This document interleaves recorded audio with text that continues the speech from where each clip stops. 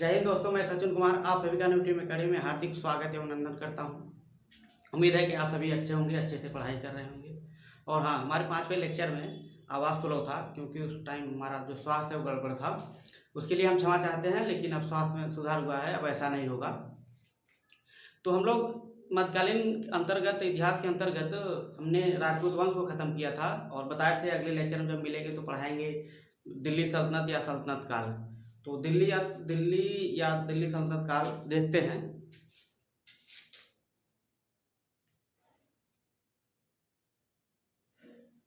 दिल्ली सल्तनत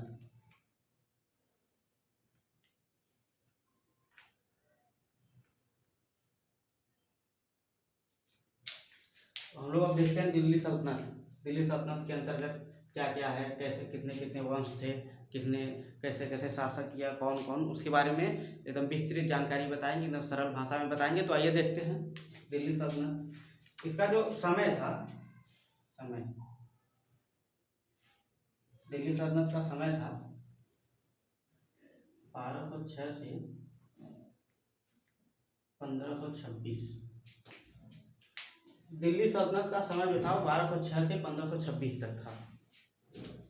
इसमें कुल कितने वंश थे? 5 वंश थे। 5 वंश। दिल्ली सल्तनत समय 1206 से 1526 और इसमें जो कुल वंश थे 5 वंश थे। कौन कौन से? पहला गुलाम वंश, या किसी को कहते हैं दास वंश, या किसी को मामलूक वंश भी कहते हैं, मामलूक वंश। दूसरा खिलजी वंश,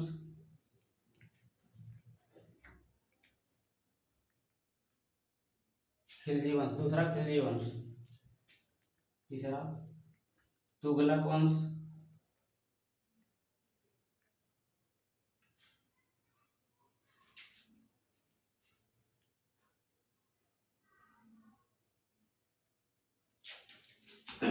सैयद वंश। चौथा जो है सैयद वंश।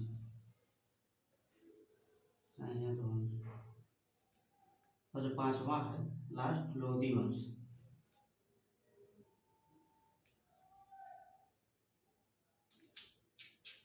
हम लोग पढ़ रहे हैं इस वीडियो में दिल्ली सल्तनत। तो दिल्ली सल्तनत का जो समय था 1206 से 1526 तक। इसमें कुल कितने वंश थे? 5 वंश थे। गुलाम वंश या दास वंश या मामलूक वंश। दूसरा खिलजी वंश, तीसरा तुगलक वंश, चौथा सैयद वंश और 5वां लोधी वंश। कुल इनका वर्ष जो था, कुल इन्होंने 320 वर्षों तक चला। 320 वर्ष दिल्ली सल्तनत कुल 320 वर्ष तक शासन किए। 320 वर्ष तक कुल शासन किए दिल्ली सल्तनत के अंतर्गत। इसमें कुल 5 वंश थे। हम लोग अब एक एक वंश के बारे में पढ़ेंगे और उसके बाद फिर उसके अंतर्गत जितने शासक हैं, जैसे गुलाम वंश या दास वंश या मामलूक वंश में कुल 11 थे। कुल 11 इसके अंतर्गत कुल 11 थे।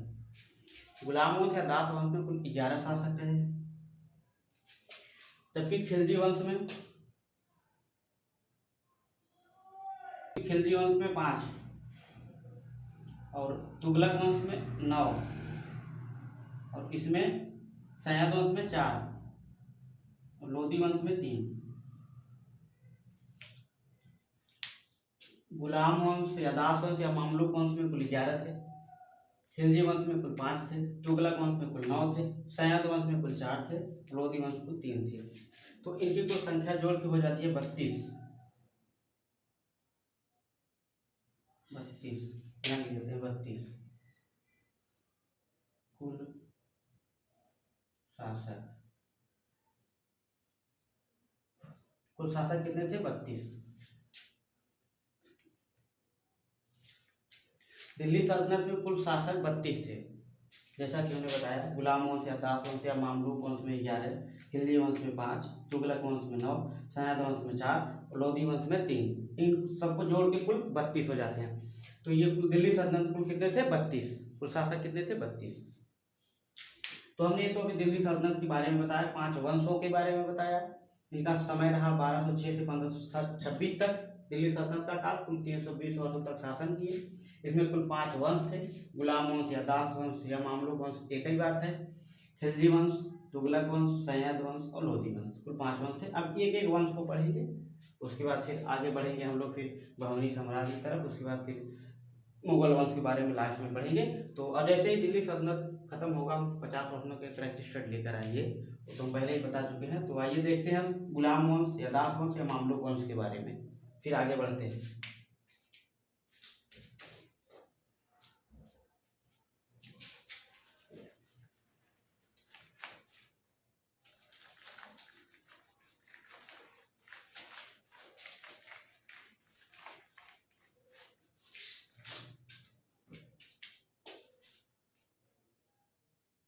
पहला, गुलाम वंश या दास वंश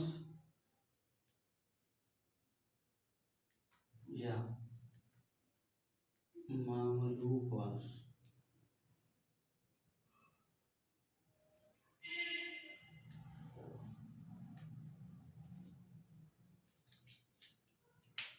गुलाम वंश या दास वंश या मामलूक वंश, अब इनको जान लेते हैं।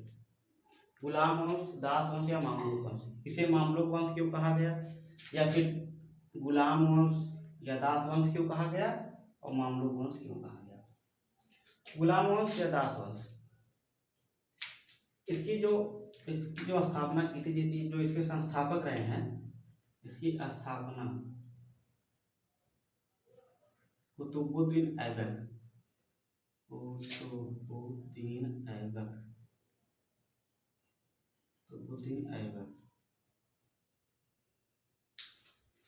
गुलाम वंश या दास वंश या मामलूक वंश जो स्थापना की थी, उसका नाम था कुतुबुद्दीन ऐबक।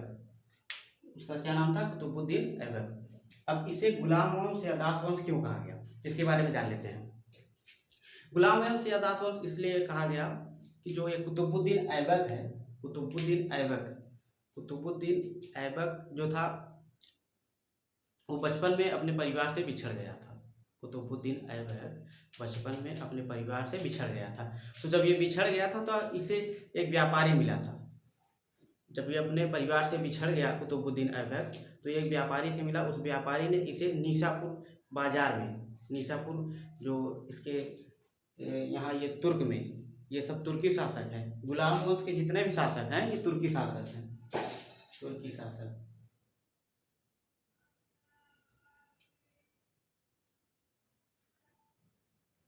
ये गुलाम वंश के जितने भी शासक हैं ये सभी तुर्की शासक हैं। गुलाम वंश में जितने भी 11 कुल शासक हैं, 11 शासक हैं।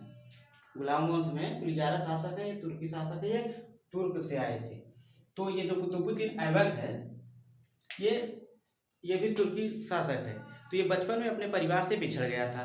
जब ये परिवार से बचपन में बिछड़ गया था, तो इसे एक व्यापारी मिला था। वो व्यापारी इसे निशापुर, इसके गांव के पास में ही निशापुर है, निशापुर बाजार में ले जाकर के बेच दिया था। तो इसे जो कुतुबुद्दीन ऐबक को एक काजी ने खरीद लिया था।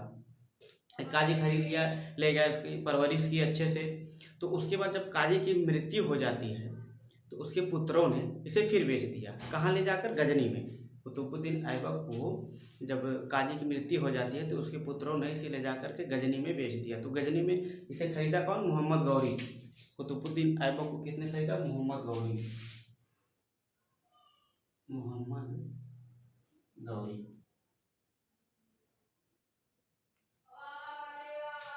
जब काजी की मृत्यु हो जाती है, तो उसके पुत्रों ने इसे ले जाकर के कुतुबुद्दीन ऐबक को गजनी में बेच देता है। तो कौन खरीदता है? मोहम्मद गौरी।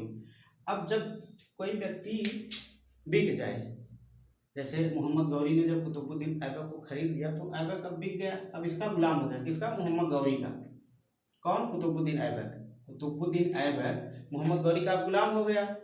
तो जब ये गुलाम हो गया, अब कुतुबुद्दीन ऐबक जिस वंश की स्थापना किया, कुतुबुद्दीन ऐबक जिस वंश की स्थापना की तो उसे गुलाम वंश कहा गया। क्या कहा गया? गुलाम वंश। ये अगर कोई गुलाम व्यक्ति है, अगर वो जिस वंश की स्थापना की तो उसे गुलाम वंश कहा गया। तो अगर कोई पूछे कि गुलाम वंश क्यों कहा गया, तो कुतुबुद्दीन ऐबक मोहम्मद गौरी का गुलाम था, इसलिए उसने जिस वंश की स्थापना की उसे गुलाम वंश के नाम से जाना जाता है। ये तो एक बात। अब दूसरी बात, इसे मामलूक वंश क्यों कहते हैं? अब ये तो पता हो गया गुलाम वंश या दास वंश एक ही बात है, गुलाम वंश या दास वंश एक ही बात है, अब ये तो पता हो गया। लेकिन अब मामलूक वंश क्यों कहा गया? मामलूक वंश क्यों कहा गया? तो मामलूक वंश का अर्थ क्या होता है? मामलूक का अर्थ क्या होता है? मामलूक का मामलूक का अर्थ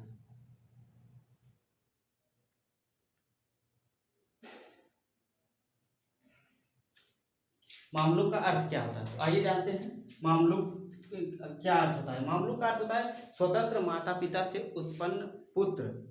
मामलूक का अर्थ होता है स्वतंत्र माता पिता से उत्पन्न पुत्र। हालांकि ये जो कुतुबुद्दीन ऐबक हैं केवल ये गुलाम थे, ये जो कुतुबुद्दीन ऐबक हैं केवल ये गुलाम थे, इसके माता पिता गुलाम नहीं थे। ये तो बचपन में बिछड़ गया था परिवार से, तो ये बेच दिया गया, इसलिए गुलाम हो गया। तो इसके माता पिता जो थे वो स्वतंत्र थे, तो इसलिए कहा गया कि ये मामलूक वंश भी कहा गया, इसलिए क्योंकि जो मामलूक का अर्थ होता है स्वतंत्र माता पिता से उत्पन्न पुत्र, उत्पन्न पुत्र। मामलूक का अर्थ होता है स्वतंत्र माता पिता से उत्पन्न पुत्र। इसके माता पिता गुलाम नहीं थे, कुतुबुद्दीन ऐबक गुलाम था, इसलिए इसे मामलूक वंश के नाम से भी जाना जाता है। और दास वंश या गुलाम वंश क्यों जाना जाता है ये भी हमने बता दिया, क्योंकि कुतुबुद्दीन ऐबक गुलाम था, इसने जिस वंश की स्थापना की उसे गुलाम वंश कहते हैं। तो अब ये था, हमने बताया भी गुलाम वंश या दास वंश के बारे में, और इसे दास वंश या गुलाम वंश क्यों कहते हैं, मामलूक वंश क्यों कहते हैं। अब ये आप जान लीजिए मामलूक वंश क्यों कहते हैं और गुलाम वंश क्यों कहते हैं। अब और कुछ पॉइंट को जानते हैं, देखते हैं।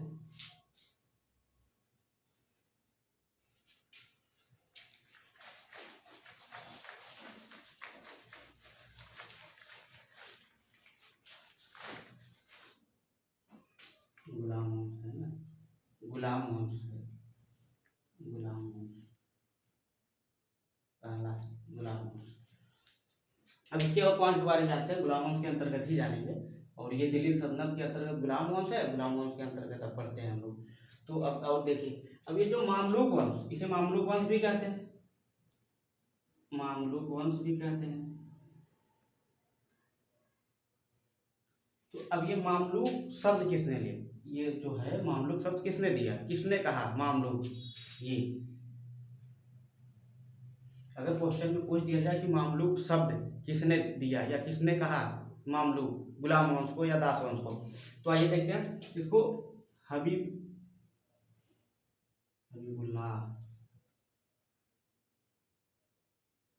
किसने कहा? हबीबुल्लाह है। मामलूक वंश किसने कहा? हबीबुल्लाह है। या मामलूक किसने कहा? हबीबुल्लाह। और इसको आरंभिक तुर्क शासक भी, इस वंश को, गुलाम वंश को, इस पूरे वंश को आरंभिक तुर्क शासक, आरंभिक तुर्क शासक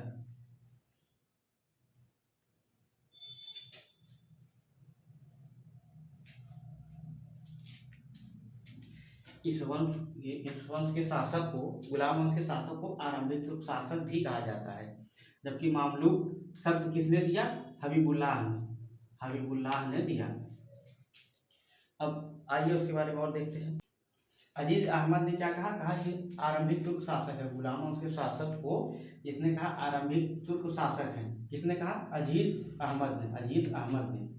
और मामलूक शब्द किसने कहा? मामलूक शब्द हबीबुल्लाह ने कहा, हबीबुल्लाह ने मामलूक शब्द दिया, जबकि आरंभिक तुर्क शासक अजीज अहमद ने कहा। अब आइए और देखते हैं हम इनके शासन करने के क्रम को देख लेते हैं, फिर उसके बाद एक एक करके पढ़ेंगे। जैसे कुतुबुद्दीन ऐबक के बारे में, फिर उसके बाद हम लोग पढ़ेंगे आराम शाह के बारे में, इल्तुतमिश, रजिया सुल्तान, नुसरुद्दीन शाह जो है सब जो है पहले क्रम को देख लेते हैं, फिर एक एक करके पढ़ेंगे।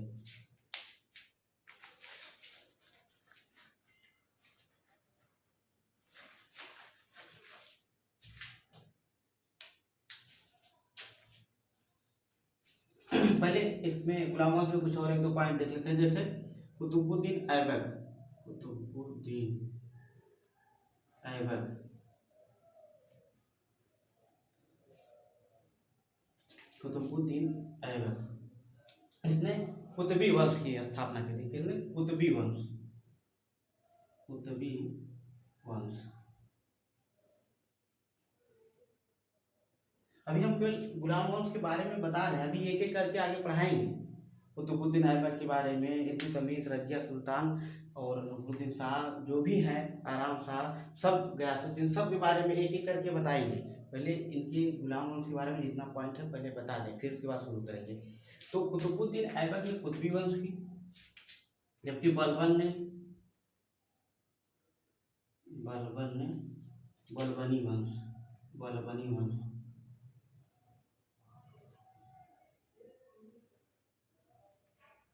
बलबन ने बलबनी वंश और इल्तुतमिश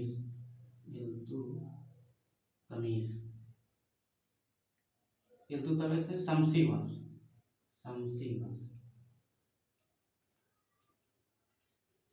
कुतुबुद्दीन ऐबक ने कुतुबी वंश, बलबन ने बलबनी वंश और इल्तुतमिश ने शमसी वंश की स्थापना की थी। ये गुलाम वंश के अंतर्गत ही पढ़ेंगे। कुतुबुद्दीन ऐबक ने कुतुबी वंश, बलबन ने बलबनी वंश और इल्तुतमिश शमसी वंश की स्थापना की थी। तो अब एक एक करके पढ़ेंगे। पहले पढ़ेंगे कुतुबुद्दीन ऐबक, फिर उसके जितने, पहले इनके क्रम को जान लेते हैं। इन सब के पढ़ने से पहले गुलाम वंश के क्रम को जान लेते हैं, फिर एक एक शासक के बारे में पढ़ेंगे।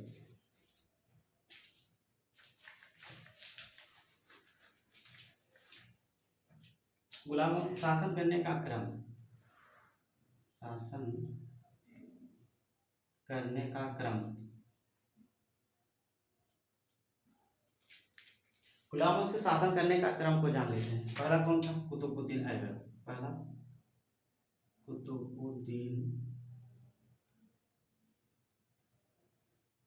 कुतुबुद्दीन ऐबक, पहला था कुतुबुद्दीन ऐबक। दूसरा आराम शाह, कुतुबुद्दीन ऐबक, आराम शाह, फिर उसके बाद इल्तुतमिश,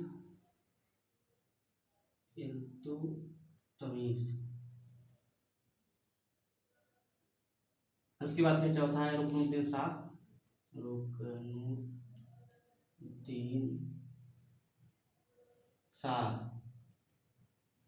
चौथा है रुकनुद्दीन शाह। फिर पांचवा है रजिया सुल्तान, रजिया सुल्तान। उसके बाद छठा है मुइजुद्दीन,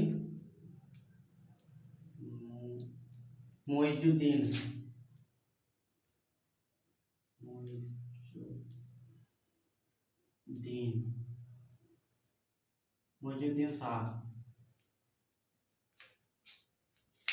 कुतुबुद्दीन ऐबक पहला, दूसरा आराम शाह, तीसरा इल्तुतमिश, फिर रुकनुद्दीन शाह, फिर उसके बाद रजिया सुल्तान, फिर मुइनुद्दीन शाह। और उसके बारे और आगे इसे मिटाने के बाद फिर आगे और बताते हैं।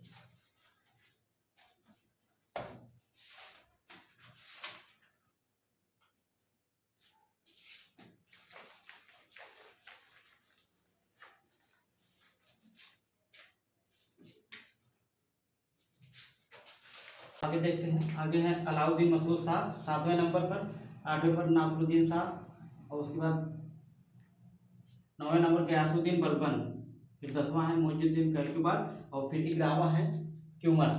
फिर से एक बार देख लेते हैं। अलाउद्दीन मसूद शाह, नासरुद्दीन, गयासुद्दीन बलबन और मुइजुद्दीन कैकूबाद और क्यूमर। ये था शासन करने का क्रम।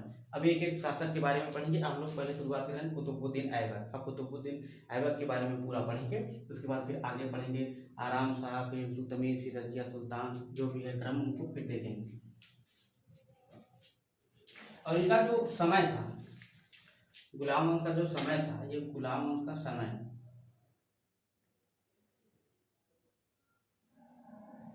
गुलाम वंश का समय जो था 1206 से 1290 तक, 1206 से 1290 तक जो गुलाम वंश का समय था, पूरा गुलाम वंश कितने समय तक चला? वो 1206 से 1290 तक था। अब इसमें आते हैं कुतुबुद्दीन ऐबक। कुतुबुद्दीन ऐबक,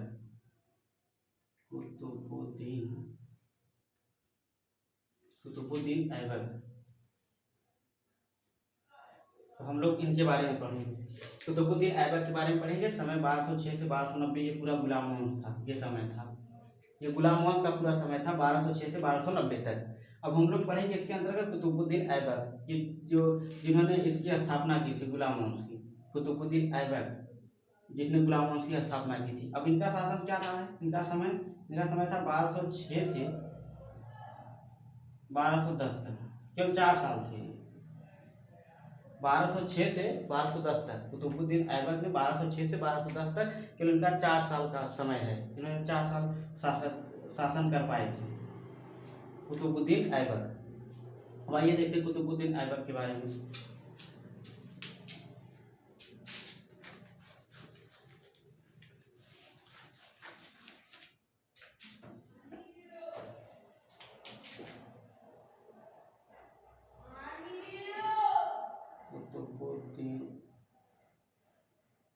कुतुबुद्दीन ऐबक, कुतुबुद्दीन ऐबक, कुतुबुद्दीन ऐबक ये अपने बचपन के दिनों में बहुत ही संघर्षशील व्यक्ति रहा, क्योंकि जब ये परिवार से बिछड़ गया, फिर इसे व्यापारी मिला, व्यापारी ने काजी को बेच दिया, फिर काजी ले आया गजनी, फिर वहाँ मोहम्मद गौरी को बेच दिया, तो इसके जीवन में काफ़ी संघर्ष रहा।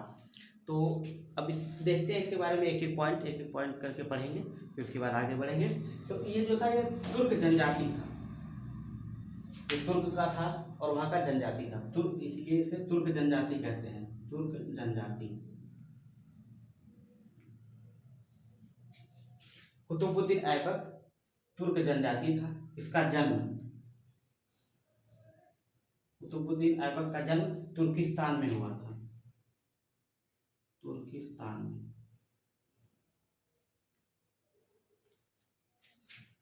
ये कौन था? तुर्क जनजाति। कुतुबुद्दीन ऐबक, क्वेश्चन में पूछा जाता है, कुतुबुद्दीन ऐबक कौन था? ये तुर्क जनजाति था। इसका जन्म तुर्किस्तान में हुआ था, तुर्किस्तान में, इसका जन्म तुर्किस्तान में हुआ था। ये बचपन के दिनों से ही आगे बढ़ने पर इन्होंने ये बहुत ही बेहतरीन तरीके से कुरान का अध्ययन किया, बहुत ही गहन अध्ययन किया कुरान का, इसलिए इसे कुरान खां के नाम से भी जाना जाता है।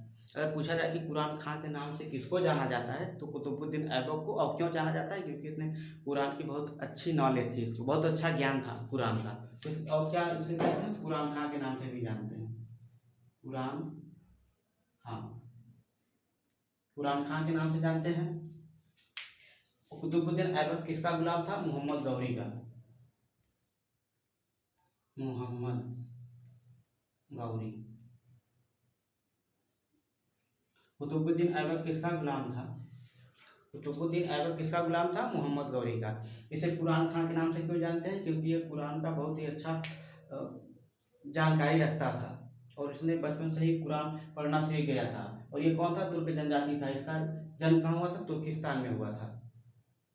इसे लाख बख्श, लाख बख्श, मतलब इसको कुतुबुद्दीन ऐबक को, कुतुबुद्दीन ऐबक को लाख बख्श या पील बख्श,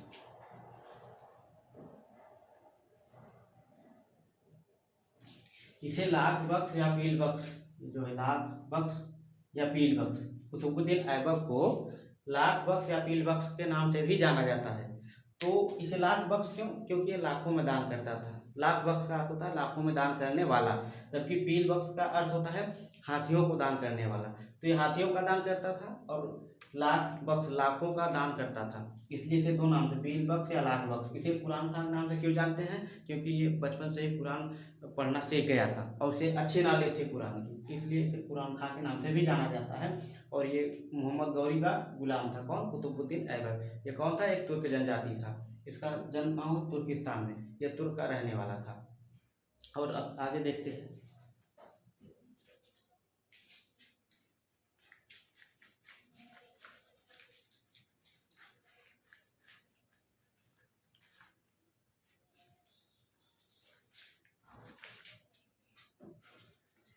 जब मोहम्मद गौरी की मृत्यु हो गई, जब मोहम्मद गौरी की मृत्यु हुई तो उसका कोई पुत्र नहीं था मोहम्मद गौरी का। तो उसके मृत्यु हो जाने पर लाहौर, क्योंकि वर्तमान पाकिस्तान में है लाहौर, लाहौर वर्तमान कहाँ है? पाकिस्तान में। जो वर्तमान पाकिस्तान में लाहौर है, और जो वर्तमान पाकिस्तान में जो लाहौर है, वहाँ की जनता थी, उन्होंने मांग की कि कुतुबुद्दीन ऐबक को, जब मोहम्मद गौरी की मृत्यु हो गई तो लाहौर के जो जनता थी उसने कहा कि कुतुबुद्दीन ऐबक को बुलाया जाए और यहाँ का सुल्तान बनाया जाए। तो इन्होंने गजनी, क्योंकि वो तुर्क जो है तुर्क में रहता था, तो वहाँ से फिर इन्होंने संदेश भेजा लाहौर से वहाँ की जनता ने कि आप आइए और यहाँ का सुल्तान बनिए। तो फिर ये कुतुबुद्दीन ऐबक आता है लाहौर, कब? 1206 में। 1206 में, 1206 में 1206 में कुतुबुद्दीन ऐबक को लाहौर बुलाया जाता है। जब मोहम्मद गौरी की मृत्यु हो जाती है तो उसका कोई पुत्र नहीं था, तो उसका कोई उत्तराधिकारी नहीं था, तो लाहौर की जनता ने सोचा कि सुल्तान बनाया जाए किसको? कुतुबुद्दीन ऐबक को। तो उसने फिर सूचना भेजी कहाँ? तुर्क, जहाँ कुतुबुद्दीन ऐबक था। तो इसको सूचना मिली, फिर ये 1206 में भारत आता है, जो वर्तमान में लाहौर के पाकिस्तान में आता है। और फिर 1206 ईस्वी में ये राज्याभिषेक करता है। 1206 में इसका राज्याभिषेक होता है, राज्याभिषेक। 1206 ईस्वी में इसका राज्याभिषेक होता है, किसका? कुतुबुद्दीन ऐबक का।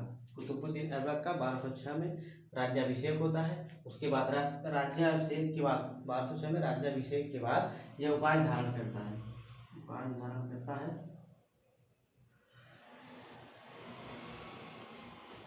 1206 में जब इसका राज्याभिषेक हो गया, उसके बाद 1206 में ही इसने सिपह उपाधि धारण करता है, किसका? सिपह सालार, सिपह सालार। और उपाधि धारण करता है सिपह सालार और मलिक की, मलिक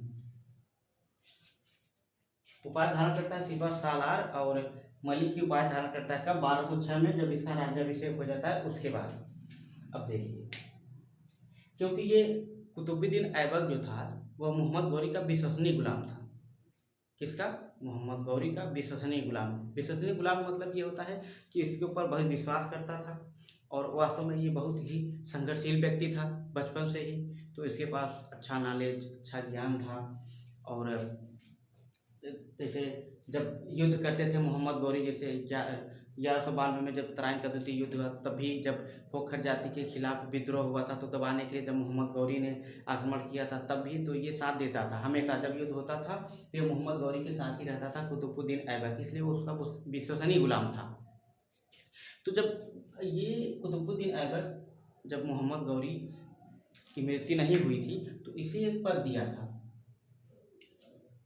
किसे? कुतुबुद्दीन ऐबक को। तो आइए देखते हैं उस पद का क्या नाम है और कौन सा पद था, तो कैसे क्या किया, ये देखते हैं उसके बारे में।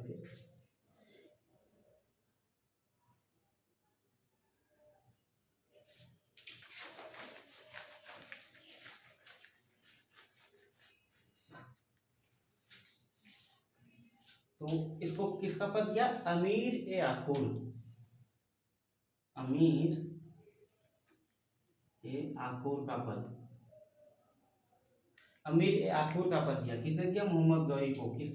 किसको दिया? कुतुबुद्दीन ऐबक को। मोहम्मद गौरी ने इसके विश्वास के ऊपर इसको अमीर ए आखुर, इसका मतलब होता है अस्तबलों का प्रधान, अस्तबलों का प्रधान।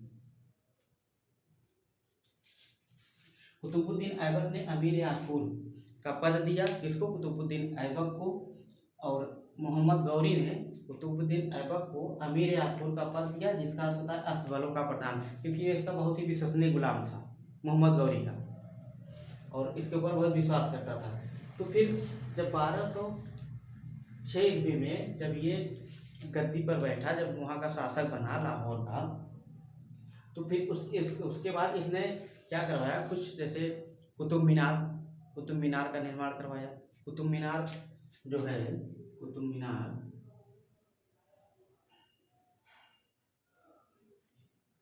जब 1206 ईस्वी में गद्दी पर बैठा शासक बना वहाँ का, तो उसने अपने जीवन काल में भी कुछ निर्माण करवाया, जैसे कुछ मस्जिदों का निर्माण करवाया, कुछ मीनारों का। तो कुतुब मीनार का निर्माण करवाया। ये कुतुब मीनार अपने नाम पर नहीं बनवाया है, ये सूफी संत थे बख्तियार काकी, उनके नाम पर कुतुब मीनार। अगर क्वेश्चन पूछा जाए कि कुतुब मीनार किसके नाम पर बनवाया गया, तो कुतुबुद्दीन ऐबक नहीं, सूफी संत। किसके नाम पर? सूफी संत, सूफी संत बख्तियार काकी, बख्तियार काकी। सूफी संत थे बख्तियार काकी, उनके नाम पर कुतुब मीनार का निर्माण करवाया। किसने करवाया? कुतुबुद्दीन ऐबक ने। और इसने और क्या करवाया? 2.5 दिन का झोपड़ा, 2.5 दिन का झोपड़ा, 2.5 दिन का झोपड़ा, 2.5 दिन का झोपड़ा। कुतुब मीनार सूफी संत बख्तियार काकी के नाम पर बनवाया, जबकि 2.5 दिन का झोपड़ा बनवाया। इसने एक कुतुब मीनार बनवाया, दूसरा 2.5 दिन का झोपड़ा। 2.5 दिन में बना, ऐसा माना जाता है कि 2.5 दिन में बना, इसलिए इसका नाम 2.5 दिन का झोपड़ा नाम रखा गया है। कुतुबुद्दीन ऐबक को भारत में, कुतुबुद्दीन ऐबक को भारत में तुर्क राज्यों का संस्थापक माना जाता है। तुर्की राज्य का संस्थापक माना जाता है। कुतुबुद्दीन ऐबक को भारत में तुर्क राज्यों का संस्थापक माना जाता है, क्योंकि जब ये आया तो इसने फिर, ये तुर्की था तो इसने तुर्क राज्य का संस्थापक, जो लाहौर है पहले भारत में था लेकिन वर्तमान में पाकिस्तान में है, तो इसका संस्थापक माना जाता है, क्योंकि जब ये आया तभी वहाँ राज्य या शासक ये शासन करना शुरू किया। तो ऐसा माना जाता है कि तुर्की राज्य का संस्थापक कुतुबुद्दीन ऐबक को भारत में, ऐसा माना जाता है। तो आइए देखते हैं कुतुबुद्दीन ऐबक की मृत्यु।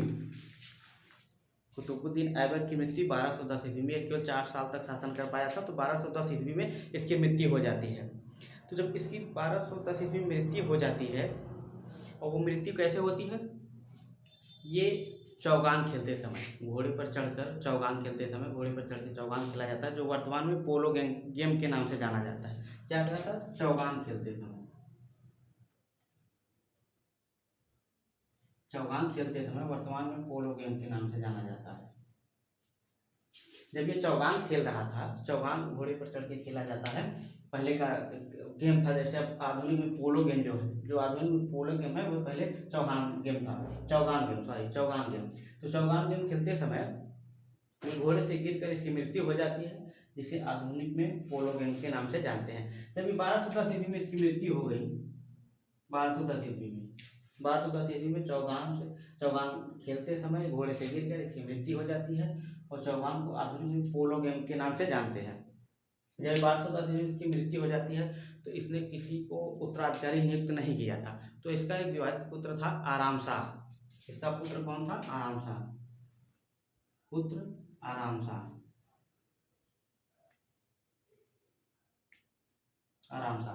इसका जो पुत्र था आराम शाह, उसे 1210 ईस्वी में सुल्तान घोषित कर दिया जाता है। 1210 में सुल्तान घोषित कर दिया जाता है, लेकिन वह एक अयोग्य शासक, अपने राज्य को नहीं संभाल सकता था, उसे जनता खुश नहीं थी। आराम शाह जो था 1210 ईस्वी में जो सुल्तान घोषित हुआ, आराम शाह को 1210 ईस्वी में वहाँ की जनता सुल्तान घोषित कर दी, लेकिन ये एक निपुण शासक, मतलब कि योग्य शासक नहीं था, तो इससे जनता खुश नहीं थी। तो उसके बाद जो है कुतुबुद्दीन ऐबक ने अपनी पुत्री का विवाह जो है इल्तुतमिश से किया था। इसने अपनी पुत्री का विवाह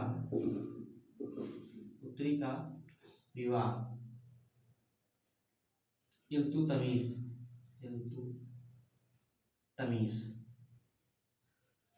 कुतुबुद्दीन ऐबक ने अपनी पुत्री का विवाह इल्तुतमिश से किया था। इसने अपनी पुत्री का विवाह इल्तुतमिश से किया था। फिर उसके बाद 1210 ईस्वी में इल्तुतमिश ने आराम शाह की हत्या कर देता है, और 1210 ईस्वी में इल्तुतमिश फिर वहाँ का शासक बन जाता है। जब इल्तुतमिश आता है, तो आराम शाह इल्तुतमिश के बीच युद्ध होता है।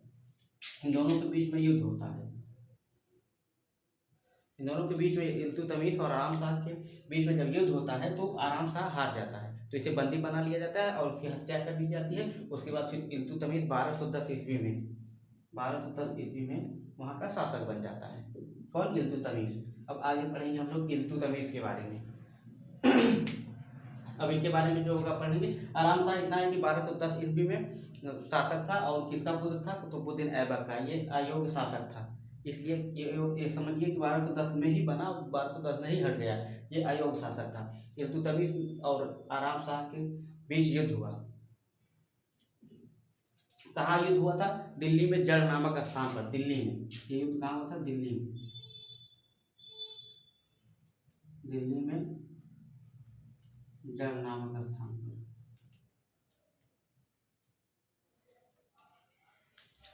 इल्तुतमिश और आराम शाह के बीच युद्ध कहाँ हुआ था? दिल्ली में जड़ नामक स्थान पर। दिल्ली में जड़ नामक स्थान पर 1210 ईस्वी में, जिसमें हार हुई थी आराम शाह को। आराम शाह को इल्तुतमिश बंदी बना लेता है, उसकी हत्या कर देता है। फिर ये स्वयं इल्तुतमिश स्वयं वहाँ का शासक बन जाता है 1210 ईस्वी में। फिर अब अगले वीडियो में हम लोग पढ़ेंगे इल्तुतमिश के बारे में, फिर उसके बाद गुलाम वंश खत्म करेंगे, फिर आगे बढ़ेंगे खिलजी वंश के बारे में।